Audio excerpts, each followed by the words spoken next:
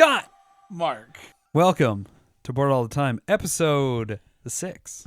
I still can't believe we're doing this. This is great. I know. I'm not going to lie. I think it's hilarious that you start every episode with, I can't believe we're still doing this. Well, you know, we're theater people, so we're used to doing like a lot of work, and then after like 3 weeks, we're done. And this has been longer than 3 weeks. It absolutely is. We're both D&D players. Yeah. And I'm sure notoriously you have been a part of a group where it's going super strong, and then all of a sudden, just dies. Let's go ahead and talk about what's been on our table. Go ahead and kick us off, man. Yeah, you've kind of started me off of trying to look at games that I could do solo play. My gaming group lives 45 minutes away from me. If you're not part of my gaming group, yeah. Yeah. The majority of my friends that like to play board games are 45 minutes away or an hour away.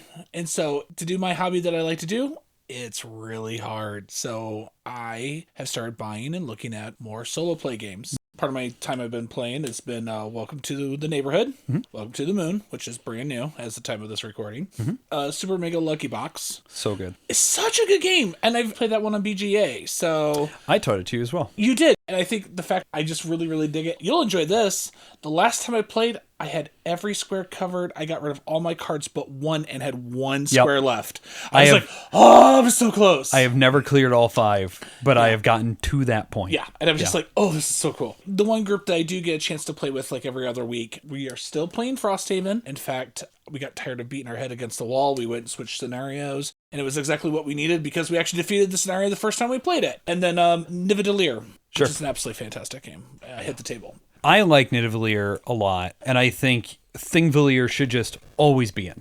Yeah. My issue with Nidavellir just came down to I have played it so many times that I can see the stitches for the strategy, and I know like if I do this is going to allow me to win. And that is a kiss of death or a game for me. If somebody says, hey, we're going to play Nidavellir, great. I will happily play it, but I don't need to own it anymore. It's not going to be one I chase down. I'm actually in the process of getting rid of my space base for the same reason. And this is a testament to you, but just because of how much you have played games and how much you do play games and how much games is a part of your life, you very quickly figure out how to win the game because I think I want to play this. And so you'll spend a week reading the book. And so like Jason, we were talking about, he sits there and he figures it out. And then when he puts it on the table to teach us, he's already got a strategy that's in his head. So yeah, we're going to target him. What's funny is that I don't have the best win rate. I think I win maybe 30 to 40% of the stuff I play. But that's still high when you sit there and think of... Which is absolutely high. Definitely not going to argue that. I certainly get targeted because I'm the host most of the time and because I'm the owner of the game. And for some reason, that just implies like I know what I'm doing. But 9 times out of the 10, you know what you're doing.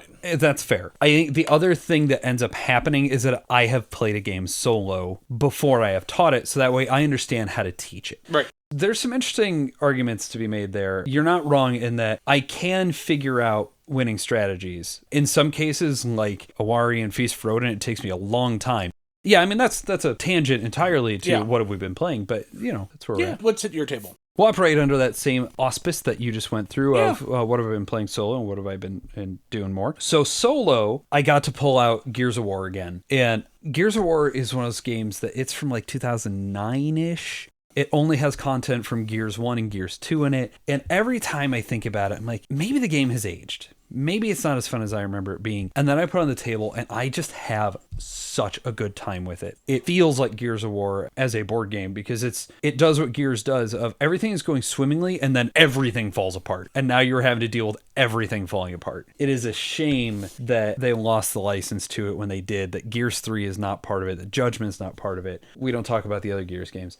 As far as multiplayer games, you and I have gotten to play a couple things recently. One that I absolutely love and one that I've been wanting to try for quite a while. Penny Black is such a fun little game. It's from Buffalo Games, so it's low price, really great production for what it is. And at this point, I think it has just flat out replaced Azul for me. Yeah, I've been wanting to see that one for a little while. The trope is interesting. You're stamp collecting. You're putting stamps in a book, and this is cute, this is kitschy, we'll see how I like it. Freaking loved it. I mean, you won, but I gave you a run for the money for the first time because I do well with spatial awareness games. You do. Like, I literally had, my thing was have him on the left, and have it all the way over to the right, and I had 3 full rows and almost had a 4th. Yeah. I think I only lost by, single digits? Something like that. Yeah. And it's one of those games that it does that beautiful frustration of the stamp playing area is not perfect. You will have gaps. And so trying to figure out how to minimize the damage you're leaving for yourself. And it plays in 20 minutes. Yeah. And even in a 2-player game, there's a lot of interaction because even though our goals are individual to ourselves, that ability of, I need to make sure he doesn't take, that stuff. Mm-hmm.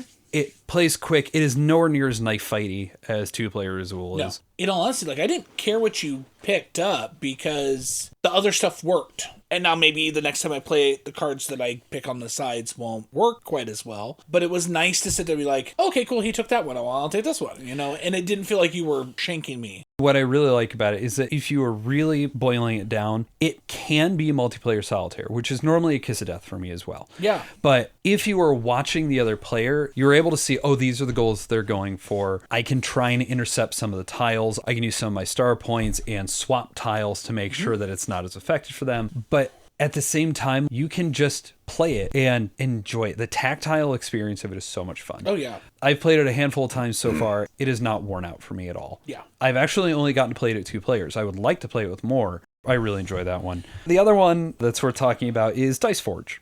Dice Forge has been on my wanna-play list since 2018 because I saw it at a store when I was volunteering one summer and just never gotten to table it. There's an interesting experience with Dice Forge for us where I think the sheer amount of games that we have played, I was able to sit there and basically you didn't have to teach me the game. No. I understood it all from the symbology on the table, which speaks to how clean the symbology on that game is. Right.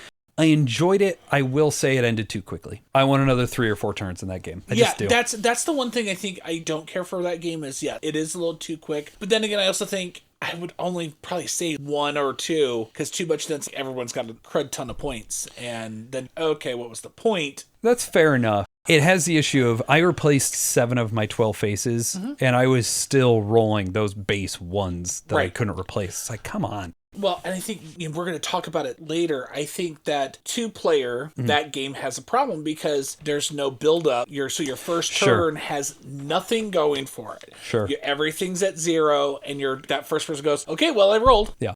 I think it certainly belongs in plenty of collections. I don't need to own it because you do. But if somebody were to say, hey, we're going to play Dice Forge, I would be very excited about it. Yeah. It does so far, and again, I haven't played it anywhere near as much as I played Space Base. Right. I think it will slot into that Space Base space for me in that it gives me that simultaneous rolling, simultaneous action, let's develop things, and have it be done in 20 minutes instead of the 45 to 60 that Space Base does. I think that's my favorite thing about Dice Forge is the fact that I'm rolling every turn. I'm only acting on mine, but on your turn and player number 3's turn, player number 4's turn, I'm still rolling my dice, and now I've got stuff, and I can get those really expensive dice faces. And I think, is there that many games that have ever done dice crafting? I think that's a low list. I can think of that and Dice Realms from Tom Lehman, which is essentially Dominion just for dice. It's also ludicrously expensive at $100. I mean, I understand why, but boy, it's tough to justify that one. Beyond that, Let's see if I'm not sure. And I think Dice Forge has a fairly low entry cost. I did enjoy kind of the toy factor. It reminded me of the way Cleopatra and the Society of Architects, where you use the box and you also have more stuff attached to it. It's got a great table presence. It's a lot of fun. Literally, I want it to be a couple turns longer. Yeah. Now, if I play it at 3 and 4 players, maybe that's mitigated and resolved. But I've only played it at 2 with you so far. Because, it's such a rare thing, like looking at BGG, the mechanism, deck, bag, and pool building, dice rolling, open drafting, random production, dice creation isn't that typical. I mean, there are a few other games that we've been playing, but we've had a full conversation at this point. Heck yeah. Yeah, let's go ahead and move on. Sounds good. All right, so it's fun that we are talking about player count, and I know during our Why Did I Play That segment, we're going to be talking more about it as well. So it's all just kind of beautifully rolling together. So this week, we wanted to talk about optimal player counts. When I was concepting this idea for the conversation, it was more of a kind of broad scale where I knew we would talk about specific games, but just that idea of, even though a box can say 2 to 6, is it always worth playing 6 players if you've got it? I do want to preface the conversation where I do think this is somewhat of a collection response, because if you only have 6 games and that's your 6-player game and you want to play it, great. For a larger collection where we are able to kind of fine tune things more often, and I'm going to bring a little bit of this up later as well, I do think it is a matter of choice in a way that it may not in some other situations. Yeah, you have to really look at the mechanisms that are being used in the game. So let's go back to Dice Forge. Mm-hmm. With 2 people, there was a little bit of a hindrance. We weren't able to do as much. I mean, I think I didn't buy my first dice face until turn 2, turn 3. I think it was 3. And I think you were even one more behind me for that very first round. And when there's only 10 turns, we just used 30 to 40% of our game. That's a lot of gameplay that nothing happened. Yeah. Now, when you're sitting there looking at other games, when you go to that high side, how often are you sitting? That's the other edge of the coin. The other edge of the sword is like, if it's a 6-player game, great. When I'm the 6th person, when you're number 1, and I have to go all the way around the table, and I'm number 6, what am I doing? And if it's not a good game, I'm playing on my phone. I think I didn't think about that when I was going through this, but I think that's a fair point, because you have something like, I'm just staring at the box for Veiled Fate right now. Yeah. And Veiled Fate plays really interestingly just across the player counts. I do think the new expansion is going to fix a bunch of the issues, but hey, welcome to IV Games. Yeah. But when I look at Veiled Fate, even if it's not my turn to move a demi and do something, I am so fascinated by what you are doing that I don't care. Versus a game like, Queen by Midnight is one we've talked about in the past, where you could do whatever you wanted on your turn. I simply did not care. And because, especially in the later games, some of those turns take a while, you're right. I don't play on my phone very often.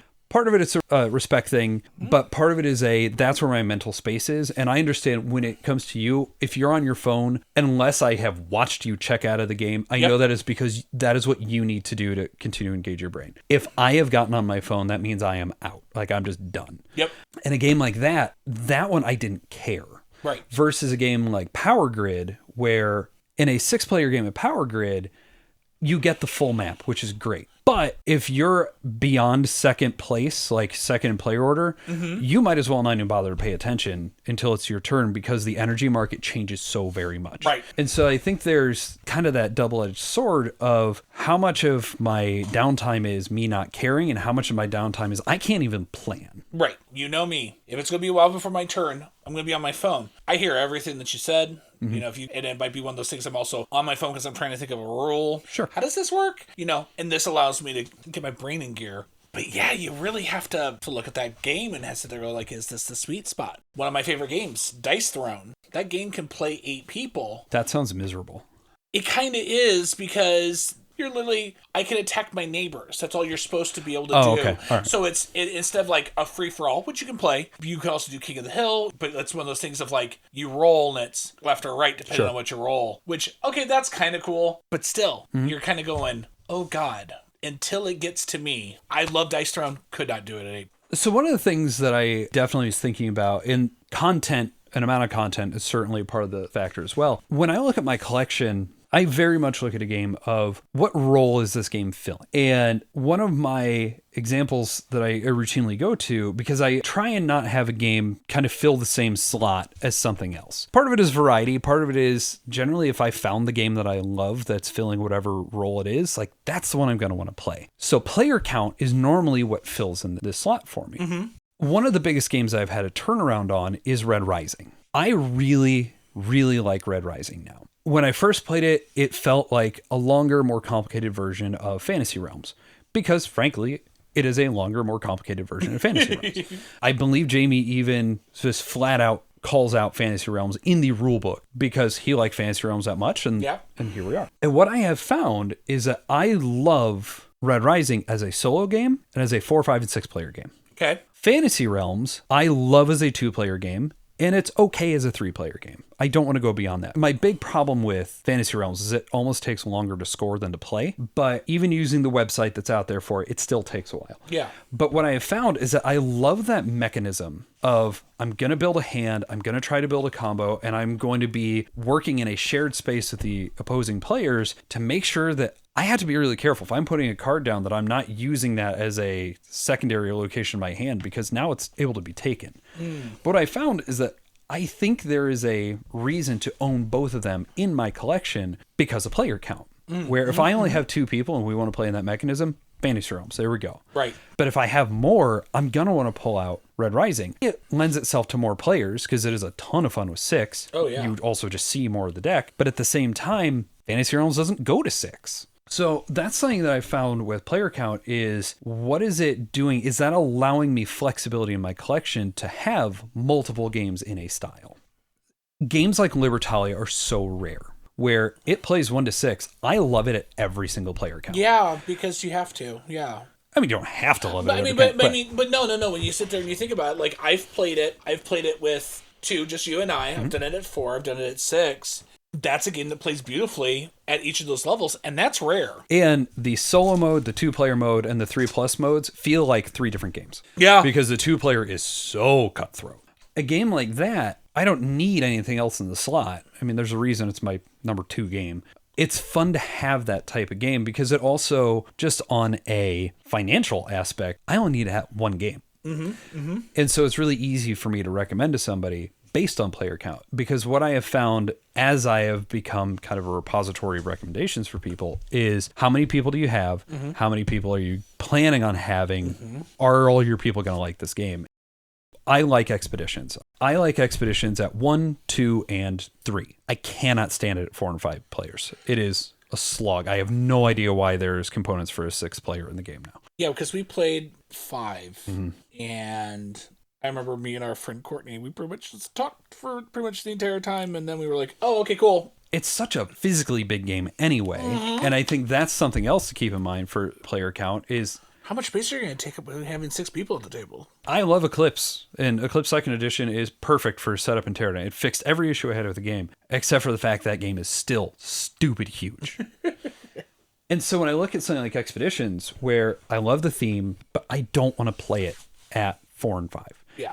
I love Scythe. It's my number 4 game. Yeah. Love it. But at the same time, when I look at Scythe, I don't want to play it solo. It's way too complicated at solo. And I understand there's Scythe Kick and there's all this stuff. It's not fun to try and learn that. It's not good at 2. It's honestly not that good at 3. You want 4 or more players in that game. And so, again, it's that idea that I have the theme of the 1920 plus universe. And yes, they are 2 very different games, and you can see the connective tissue between them, but I have Expeditions for low player count, and I have Scythe for high player count. Which makes sense. Best thing I could say for people is do your research, find your friends that you know play board games, especially if this is a new thing that you've ever thought about, and go from there. You know your friends, you know what your friends are going to want to play. I'm the typical person who goes, okay, this game says 2 to 5, okay? Hearing what components are in it, looking at the back, going, okay, who are my people that are going to be most likely playing it? I mean, it literally is your people, especially if you have a normal gaming group that you play with. You know who's going to be able to handle this at 6 people if it's a 6-player game. Sure. And who you're going to be like, yep, this I'm holding when there's just 3 of us. Yeah, know your people, know your audience. I look at a player count the same way you do. Very rarely will I look at a game that doesn't have a solo mode and be excited, because solo is an important way for me to learn the game, to play the game, that type of stuff. Yep. But when I'm looking at a player count, I'm like, okay, so this says 2 to 5. Who do I realistically think I can get to play this? Now, I can get you to play just about anything, especially now that we have the pod, and it's just an excuse for, hey, this could be a why did I play this? Could be whatever. That's one of those things where when I look at a game, it's, okay, I know I can get Scott to play this. I know I can get Jake to play this. I might be able to get my wife to play it. I'm not going to get to 5. So do I think this game is going to be good at 2 to 4? Or do I care if it doesn't go to 5? Right. Boils back down to know your audience. Who do you think you can actually get to play it? Yeah. Yeah, that's fair. I think there are good reasons for all variety of games. I think there's reasons to own multiple games, even in the same slot for that. But most important thing, I think you hit on it, is know your audience. Know who you're going to be able to actually get to play it. Very much so. So continuing on the theme of optimal player counts. Kill me now. Let's go to why did I play this? And this week, it was my turn to put something in front of you, and I actually had you play it multiple times. Yes, you at did. Multiple player counts. Yep. Which is one of the reasons why this is our topic. It happens to work perfectly that this is our topic. And that is Amun-Re. So Amun-Re had its 20th anniversary released last year from Alley Cat Games. It is one of the classic Knizias, and I had never gotten to play it before a couple weeks ago when we played it for the first time. And it was on my short list because I picked it up at Gen Con in 2023, and it was one of those, if it lasts a year without being played, it may not stay around, and I didn't want that to be the case. I absolutely fell in love with the game. 100%, I am in on this game. Amun-Re is a Reiner Knizia bidding game, plays across 6 rounds, and there are 3 rounds per kingdom. And what's really interesting about the game is you are bidding for control of provinces on this board of Egypt. You are guaranteed to come out of each round with a province. You will get one. And it is that bidding style of, I will put down my initial bid, and if you outbid me, I have to go bid somewhere else. But it does something that I haven't seen really any other games do with that bidding style, and that I have to wait for my turn to come back around before that happens. So it's not an instantaneous, oh, I'm going to go rebid over here, the way Cyclades is. This is very much, you have to watch and pay attention to what everybody's bidding. Once you've actually gotten your provinces, you're going to start buying stuff, and it works on a triangular scale for each market item. So 1 item is 1 thing, 2 is 3, 3 is 6. So you have to be very aware of your money. There's an offering track, and then you make money at the end of it. But where the game is so fascinating is that each province you're going to be building up with stones and pyramids and farmers. And then at the halfway point of the game after round 3, you wipe out everything that isn't essentially a plastic piece. Yeah. Including the ownership of who has what province. So now you're going to rebid on everything and potentially take the beneficial work of somebody else in the prior rounds, and now you're going to build on it if you can control it. The new print has a bunch of expansions in it. Some of it is very easy to integrate. The statues are super easy. There's the new offerings mode for 2 and 3 players. There's the afterlife. I don't want to play that one. Our first play at 4 players, I would have given it a solid 8. There are a couple of weird rules issues, and it lasted a very long time. It also could be just terrifyingly mean. When we played with 2 players and we used the offering expansion, it boosted it up to a 9 for me, because that little bit of extra flexibility, there's some more thought going on. What do I want this for? Do I want it for the offering card, or do I want it for the province? And so there's just some really interesting gameplay there. This is probably, other than High Society, my favorite Reiner Knizia game at this point. I do not agree. After we were done playing Amun-Re at 4 players, and this of course is also without the offerings expansion, I would rather suffer of Endless Winter again.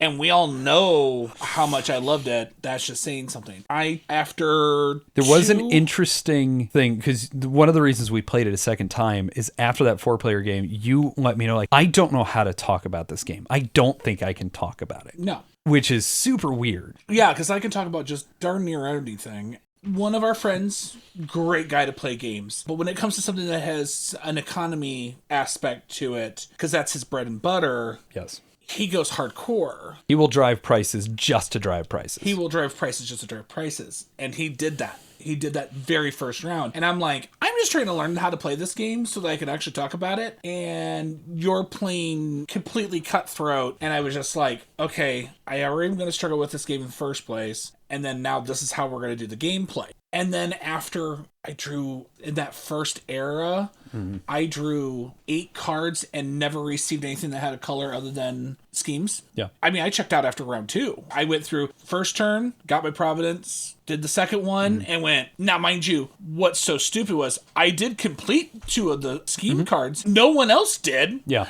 I was in the lead at the end of the first era, but I had no money. I also had no cards left. I had nothing going for me going into that second era. And so I literally was just sitting there. Like, the provinces I got, I had to take it 0 because I couldn't afford it and had no money to buy farmers, buy stone, get more cards, do any offerings. And I was 20 points behind you. Behind third place. I was 20 points behind. Yeah, it was like 31 to like I was at 20. 24. I was at 21. Yeah. So 10 points, but Yeah, still. 10 points. But still, like, only gained 2 points between era 1 and era 2. Yeah. I ended at 21 and I got to 24. So I gained 3. One of the things that we found, and part of it I think was the fact we played it another time, we understood how cards could be used as currency in that first phase. But I still didn't do it. I did in the second game. You did in the second. I didn't do it in the second game. But one of the things, we sat there, the 3 of us, Jason and you and I sat there and were like, okay, maybe we need to redesign the way the card deck works or whatever. Something. Because we were getting frustrated with the way the schemes were coming out. Mm-hmm. And they seemed so hard to pull off, and they seemed arbitrary. It seemed this whole thing. And then even in our 2-player game where I drew a bunch of green cards, I never drew a red card, I had schemes that I was then able to chase down and actually complete. And our final scores in the second game were like 65 to like 50 or something, where a lot higher scoring, a lot more flexibility, and we were not at the mercy of the card deck, even though it operated the exact same way. Yep. And the distribution was the exact same, it felt more approachable and achievable. Yeah, those the offering cards. So as Mark was talking about, you have offering cards that sit underneath the province. And you were bidding on 2 provinces. Yeah, and when in 2-player game, you're bidding on 2 provinces. Cool, I have control of both of these. I paid for both of these. Which one do I want to build on? Which one do I want the offering from? I went back to Jason, and I went, so played Amun-Re again, and he looked at me like, you did what? And I went, yeah. And he goes, okay, how did it go? And I went, well, we played with the offerings expansion. He goes, okay. And so I told him the mechanic. All of my really bad draws, I at least would have gotten something out of that province other than, oh, look, I have a province and maybe I screwed up one of your guys' schemes. Yeah. Because you couldn't fight me on this end and still fight on that end, so you were going to lose somewhere. And he went, oh, wow. And he goes, I was like, yeah, I might play it one more time. If you were to say, what is my rating on Amun-Re as a 4 and 5 player game, especially after playing at the lower counts, I would drop it to probably a 7. Okay. I will play it, but I know I'm not going to have the best experience with it. I literally think at a 2 and 3 player count, that's a 9 for me. Yeah, Amun-Re, at a high player count, I will knit a sweater and You'll let watch other you guys. people play it. I'll let y'all play it. At a lower player count between that 2 and 3, I mean, I still might lose, but I will at least be invested. Sure. Which is at least worth it. Do I want to do the 2 or 3 player count? Not yet. Let's give it some time. We've got plenty of other games to play. That said, I would play it right now if you wanted. Right, I know. Yeah, I am amazed at how much I like that game. And I just would like to let you know right now. It's not going to happen. No, it's not going to I know. happen. Oh, it's time to table, shelf, and tray. Hooray! Why don't you start this time? Okay, I can do that. So we just talked about Amun-Re. I wanted to talk about the other Egyptian-themed Reiner Knizia game that came out last year. I still need to try Tutankhamun. I saw it on super cheap at Barnes & Noble. I may pick it up. It's like $10. Yeah. Ra. Everybody is talking about the new print of Ra. Admittedly, it is gorgeous. Oh, by far stunning. Absolutely gorgeous. And to continue that optimal player count conversation, I have Amun-Re for 2 to 3. I have Ra for 4 to 5. Ra is a just flat out auction game. Yeah. There's the Knizia auction trilogy that people talk about, and it's Ra, Amun-Re, and Modern Art. And I love Modern Art, but in my group, it's impossible to get it played. Ra is so interesting in that the choices are very simple, but extremely meaningful. It's great for what Knizia does. You have a choice on your turn. Do I pull a tile or do I start an auction? Yeah, there's the god tiles, but whatever. It's how do I want to do this? And then depending on how an auction starts, it can be maybe I'm forced to bid on something. Maybe I'm not. Maybe we can just let it go. But you have a tableau in front of you that you are bidding for tiles. And then based on scoring conditions for each tile type, that's how they're going to score. Some are only going to score at the end of the game. Some are going to score at the end of each round. There are 3 rounds. And once you have used all your bidding discs, you're done and out. The bidding discs are a fascinating system because you are going to give up whatever you win the bid with for the next person to take. So you have to be really careful when you are bidding of, hey, that entire row of stuff looks great for my board right now, but I am going to have to take the 3, which doesn't help me for endgame scoring, and it certainly doesn't help me for winning a bid. There's some really interesting stuff going on in here. I do think the new print absolutely makes it easier to teach and understand because that player board is so clear and so clean. Yeah. Beyond that, I have some issues with it. Okay. On the first side of it, there's a production issue where even though the tiles are beautiful and the discs are chunky and great and wonderful, putting the thing back in the box sucks. And I have the retail edition, so I have just the plain cardboard tiles. They're nice, thick cardboard. They're beautifully laid out. But you have to Tetris the whole thing back in the box and I've seen a picture that somebody actually did manage to get all the tiles into the bag and then the bag into the box, and it actually fit. I don't know how they did that because I tried too many times and it didn't work. So I had to go this whole Tetris-y, it's annoying to put away. And I know that's one of those silly things, but for as fast of a game as it is, you have to spend so much time putting it away. just annoying. Yeah. There's also the culture tiles. I don't like the graphic design on those tiles. Because it's the ones that are you need a unique set of things, and if you don't have at least 3 of them, you lose a bunch of points. Oh. I don't think the symbology and where it's listed in that like orange rectangle is as easy to grip as everything else right away. Yeah, it probably should have been just like the bust of a god. The majority of the tile is the symbol. Right. So now that's all piddly little pedantic stuff. I will admit that. The actual teach and the actual play is fun. I do like grabbing that giant raw and just like, bam, raw. Yeah. Like you feel good slamming that on the table. And he did a lot. Look, it's fun to do. I have an issue with the game based around the raw tiles themselves, though, because too many times, and it's like 30% of the bag are these raw tiles. And as soon as one draws, depending on where it is in the line, you are going to have an auction right away. So it could be we're going to auction one tile. Maybe it's the first tile we draw after clearing the row, which means we're just moving the sunboat, and that was wasted. It made the game feel clutchy to me in a way that I can't really explain more than I wish it was always just us calling raw. Okay. Either the track is full or we call it. I get why they're there. I totally understand it. It's just not something I love. In a 4-player game, you're going to see 27 raw tiles. I think I drew like 22 of them. Yeah. Most of them were me. Yeah.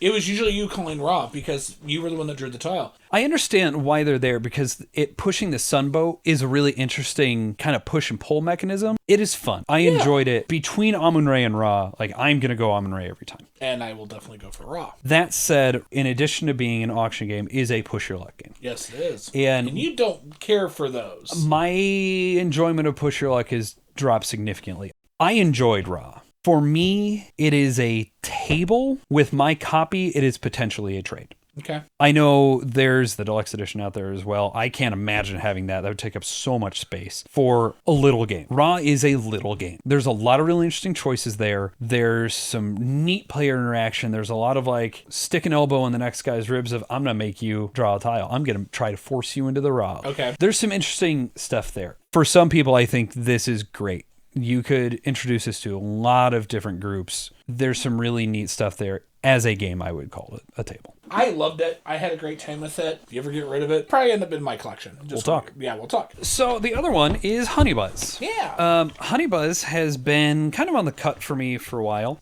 I sat down and I just like, you know what, Scott, we're going to play it again. Yeah. You'd never played it. I had played it before. I had played it solo mode, and I just want to be like, where do I live on this game? Honey Buzz is a goofy theme with a beautiful presentation. Oh, yeah. Elf Creek, I have many things I can say about them, but their productions are normally very, very strong. And the production on this is very, very strong. It is. It is one of the few retail game trays that is still in the box because it's that good. It is an economic game that pretends to be a spatial puzzle. Yeah, yeah. Because everything you're doing is based around placing out a bee meeple and taking an action. So it's a little bit of worker placement. Not really, but you could argue for that. But you're going to take a tile and you're going to build a spatial puzzle around. The goal is to get a line of 6 cells. And then once a 6-cell pattern is created, you are going to take all the action symbols within that cell. The tiles themselves are all one blank side, one action side, and they have the same layout of red lines on the top and bottom and white lines on the sides, because there's that spatial puzzle of you are trying to create certain color patterns to be able to take advantage of one of the other actions and do some stuff that way. Yeah, I'm really making it sound like a very complicated game, and it's not. It really isn't. There's some really neat ideas here, especially as you are trying to string together,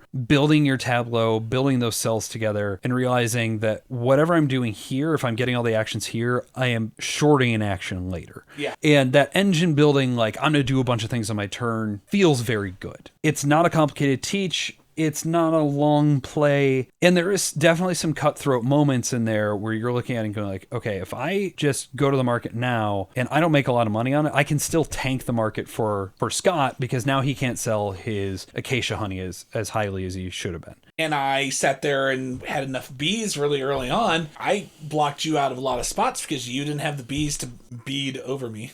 Well, and what's interesting is like there in a 2-player game, the way we played it, there are 4 of every honey tile. And I didn't get a single one of the wildflowers because I built for other things. And, right. And that really shorted me in the order piles. Mm-hmm. So it is a strong economic game. Yeah. With, it's not pasted on, but the theme is weak and a beautiful production. I don't know.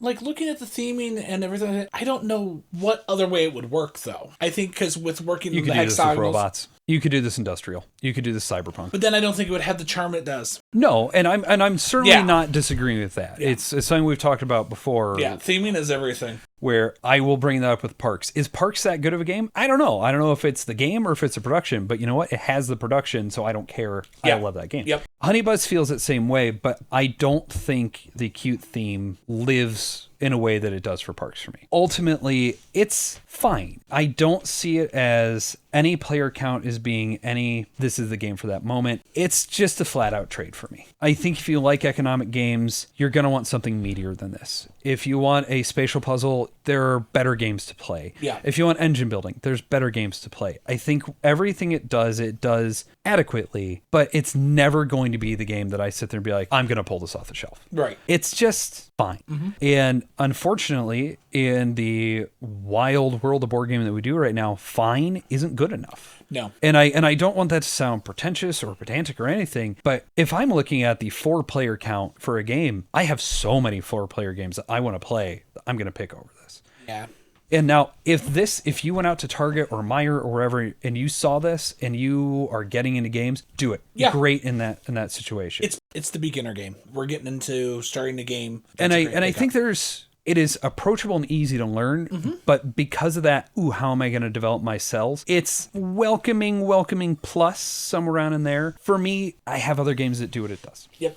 If you are new into the hobby, and if you're new into the hobby and listening to us, hey, thanks. Yeah, appreciate it. But if you are experienced or you really like economic games, I can't see what this is going to draw you for long term. That's a really good insight. Yeah, so like my table, shelf, and trade, I decided to pick 3. Okay. Because one fits in each category for me. Sure. You know me, I love a good legacy game. I love a game where there's a good storyline and it builds upon it. And the next game, and we've talked about my love of Betrayal Legacy, but I'm not going to talk about Betrayal Legacy. I've already talked that one to death, and I love it. But because there are so many other ones, and the fact that I've got one for each side. Sure. I think it's perfect. So I'm going to talk about the one that is an absolute table for me because I do love it because I loved the original it came from. And then if it came on the table, and I think because like I finished the legacy for this game and I was like, okay, that's fun. I'll keep it for now. Well, I mean, obviously I'll keep it because that's what you do. It's what I do.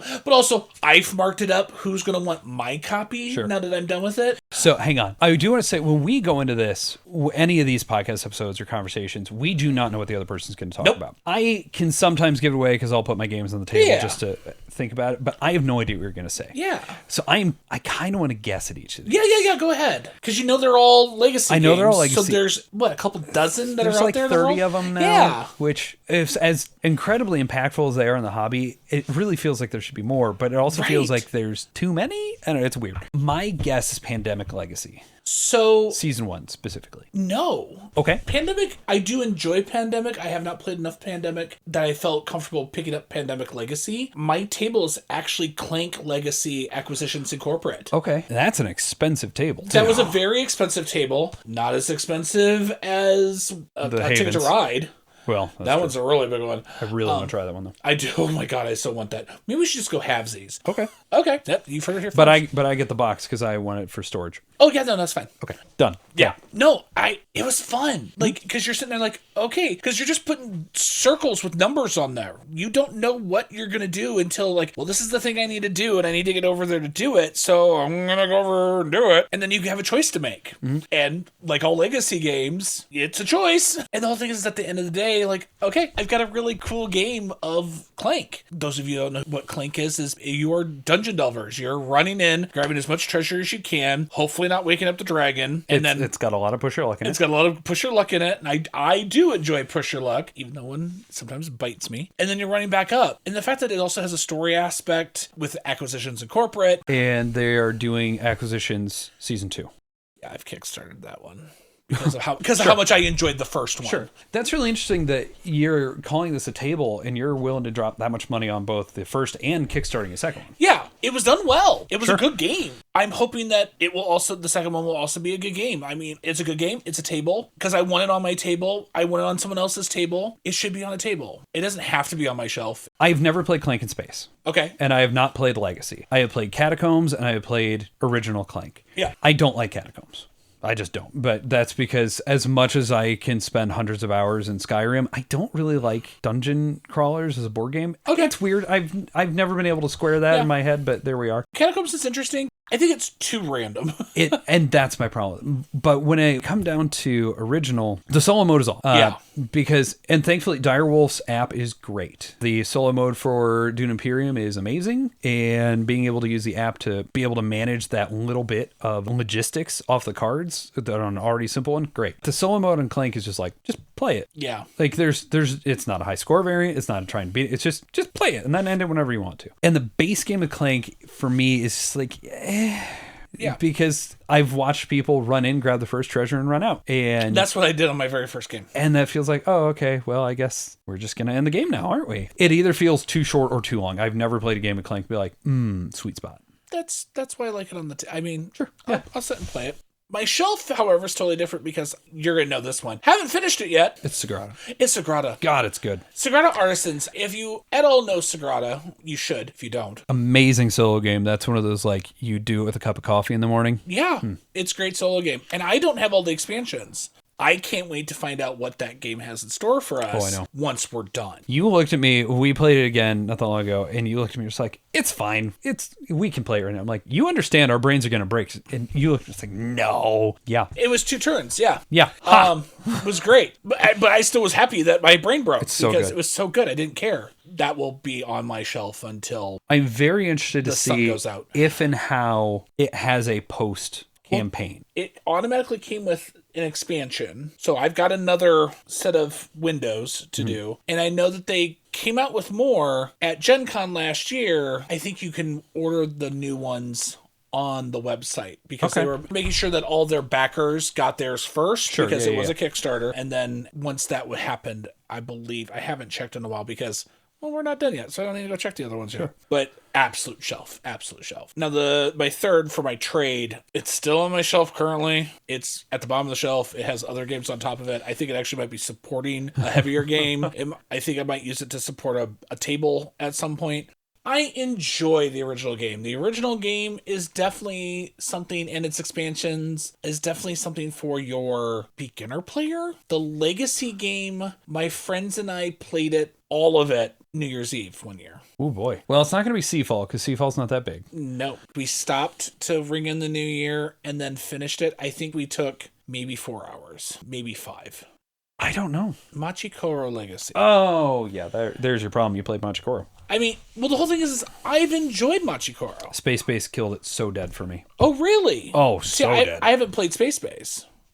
Hi, friend. We've discussed this. I know I've brought that up before. That one will need a fix. Yeah, I enjoyed Machikoro. I think it's because in that game, I think that's the game I allow myself to be mean in. Sure. And I buy a lot of the red cards, which are the attack cards. But the things that I love about Machikoro, when I got to Machikoro Legacy, I was like, okay. Hey, we've got this new mechanic. And then 2 rounds later, the mechanic is gone, which I was like, okay, that's cool. But then, like, it wasn't even in the game. At the end of the game, I want a good Machikoro. I want my own version of a Machikoro game. And I haven't touched it. And let's see, that Machikoro Legacy, I think it came out in 2019, 2020? No, it was more recent. 21? I think it was, because I remember it was because we were playing it during COVID. They homeschool. I didn't go anywhere. They knew I was safe. I knew they were safe. I was invited to New Year's Eve because they were like, we know you're a safe person.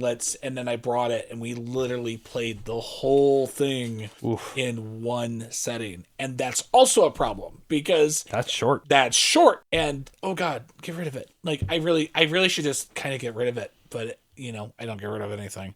The only Legacy game that I think I have kept and have played since is Betrayal. Yeah. Yeah. Most Legacy games, they are at best tables for me. Very few of them are shelf. But those were my table shelf and trades. And I want to talk about Legacy games because that is one of my favorite versions of a game. Absolutely. We have been all over the place with this conversation today. We really have. So for our rotating segment, we're going to go back to one that we particularly enjoy, which is the archives. Yeah. So we're looking at games that are at least 5 years old and just talking about them just to bring some extra eyes on them. So I'm going to go ahead and start off with mine. Yeah. And mine is a game that I absolutely adore. I think you're okay on it. I would say 6, For one of my friends, he rates it a 10. For me, I have some thematic issues, which is why it's a 9. Right. But what Crusaders Thy Will Be Done taught me is I really like a Rondel game. Yeah, that really like Rondel That was a games. very interesting play, yeah. And this is just straight down the line, a mid-weight Euro game where you are spreading across the board, but there's no inter-player conflict, there's no area control, anything like that. You are just simply developing on the board and developing your player board and doing some engine building along the way. And it's all powered by this fascinating Rondel system, which are wedges that tell you what action you're able to take, but it is essentially a Mancala Rondel, where you are going to pick up the tokens on that action, resolve the action, and then Mancala drop them, increasing the next actions in the wheel, and zeroing out the one that's sitting there. Now, there are plenty of player factions, and there's ways to break that. So, like, I play with a faction that allows me to start on that wedge, so there's always a piece there. There's some really interesting choices of which action do I want to take when, because what action do I want to set up in the future? What part of the board am I trying to develop? What am I trying to do? This was a Tasty Minstrel game, and then Tasty Minstrel went under, and I believe it's because the owner passed away. And so all their properties ended up in different places. A lot of them ended up with Renegade. And this print is really beautiful. It was gorgeous. It is a phenomenal game. Seth Jaffe does a great job of taking not a lot of complicated rules and stringing together some really interesting stuff. The other thing that I really like about Crusaders is even with a teach, even with 4 people, you might get just over an hour. It's a fast game. Yeah, it was a very quick game. Player turns are quick. It is easy to teach. It's easy to understand. There's a lot of interaction based on, oh, I see where he's going. There's a lot of modularity with the wedges and the player stuff. It's such a fun game. I know there was an expansion for it. I have not played the expansion. I don't know that I necessarily need the expansion. I just really like the game as it stands. For what it is, everything that's in here, a game that I can play over and over and over again. Frankly, it's one of the few games that I own that it doesn't have a solo mode, and I'm still willing to keep it and love it and enjoy it. Well, that's fantastic. Yeah, really great game. Yeah. And I went in the Wayback Machine. The game I chose has had a reprint. Actually, I think the reprint came out this year. And it's actually a type of game that we haven't really talked about. It's actually a trivia game. Okay. My game comes from 2007. It is Besserwisser. Oh. Besserwisser is German for know-it-all. I still own my copy. Shock. I love trivia games. I have always been a bit of a smart aleck and a know-it-all. And I love the whole idea of trivia. In the original version, there was 5,000 questions. When it came over to the States, they trimmed it down to just a mere 3,000 questions over 20 categories. Wow. So how the game works is that on your turn, because player turns, of course, rotate, it's up to 4 players, you reach in the bag and you pull out 3 categories. Music, sports, television. Any standard trivia list, it's on there. And you're going to put them in order of where you think you're going to do best to worst. Sure. Your best category is worth 4 points. Your worst is only worth 1. So it's like, okay, you're not, oh gosh, I didn't get that right. Well, great. It was 1 point. The other nice thing is that there are 3 additional tiles, 2 that have a B and 1 with a Z. The B token is if there's a question that pops up and you know the answer to, you played the B tile. And if you're the first person to do it, if I get it wrong, you can answer and steal my points. The Z is for Zwap, where it's, oh no, Scott, you're not getting music at 4. I'm stealing it, and I'm giving you my finances. Huh. Good luck. So there is a little bit of that, but then you don't have that tile. It's a 1 use and it's gone until the refresh. It's relatively a quick game with a full 4. I want to say it was like maybe an hour, and it just literally recently got a reprint. So I'm sitting there going, do I buy the reprint? I'm like, let's see, 2000s. Now that I sat there and went, oh, it's 2007. I might want to get the reprint because there's, how many years? 13 years worth updated trivia? Well, yeah. 17. 17 years? Yeah. 17 years worth of information that is now going to be on there, and it'd be really unfortunate because most of my friends that I play games with now, they were like, what? That's a thing? I think one of the reasons that we don't talk about trivia games that often is I don't have that many of them. It's not a category I like engaging in super often, just because I don't like people to feel stupid at the table. Oh. And it's very easy in trivia games to feel stupid. It's why Wits and Wagers is so beautiful at what it does of, I'm going to go off the guy who I think is actually better. There's so many people in my life that are incredibly smart that think they're incredibly stupid. And they will sit down and hear trivia game and they will lean into, I'm so dumb. And I just don't like that feeling about trivia games. Yeah. How does this approach it? Every round you got a chance for 10 points.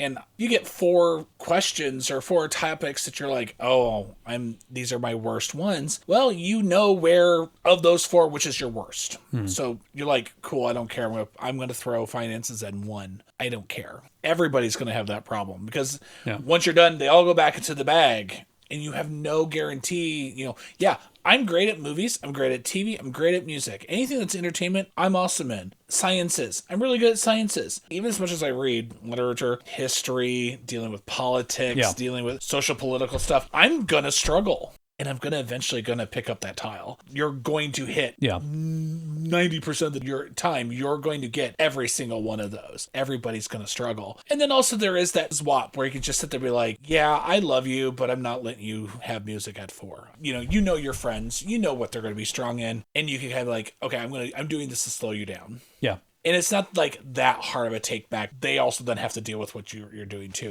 It's also another way to know your people. I could see you, me, Natalie, and Courtney playing this game. I love it. Sure. It's a fun one.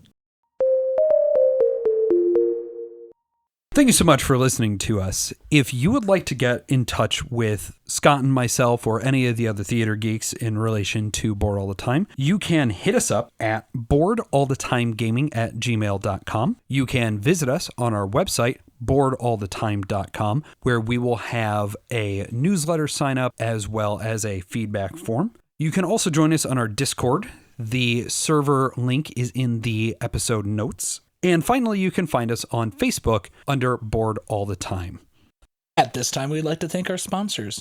Do you like shiny math rocks? I like shiny math rocks. Go to Robin's Nerd Supplies and use the code TheaterGeeks and receive 10% off your order. Links to the website is in our episode notes. Also, we'd like to thank EcoOwl Press, a local printing company here in the South Bend area. Happens to be a union shop, and they do everything for your gaming printing needs. And what's so nice is that they're environmentally friendly. You will also be able to check them out in our episode notes. Well, on that note, Scott, I'm bored of you. You know what? The feeling is mutual. Let's go play some games. Sounds good.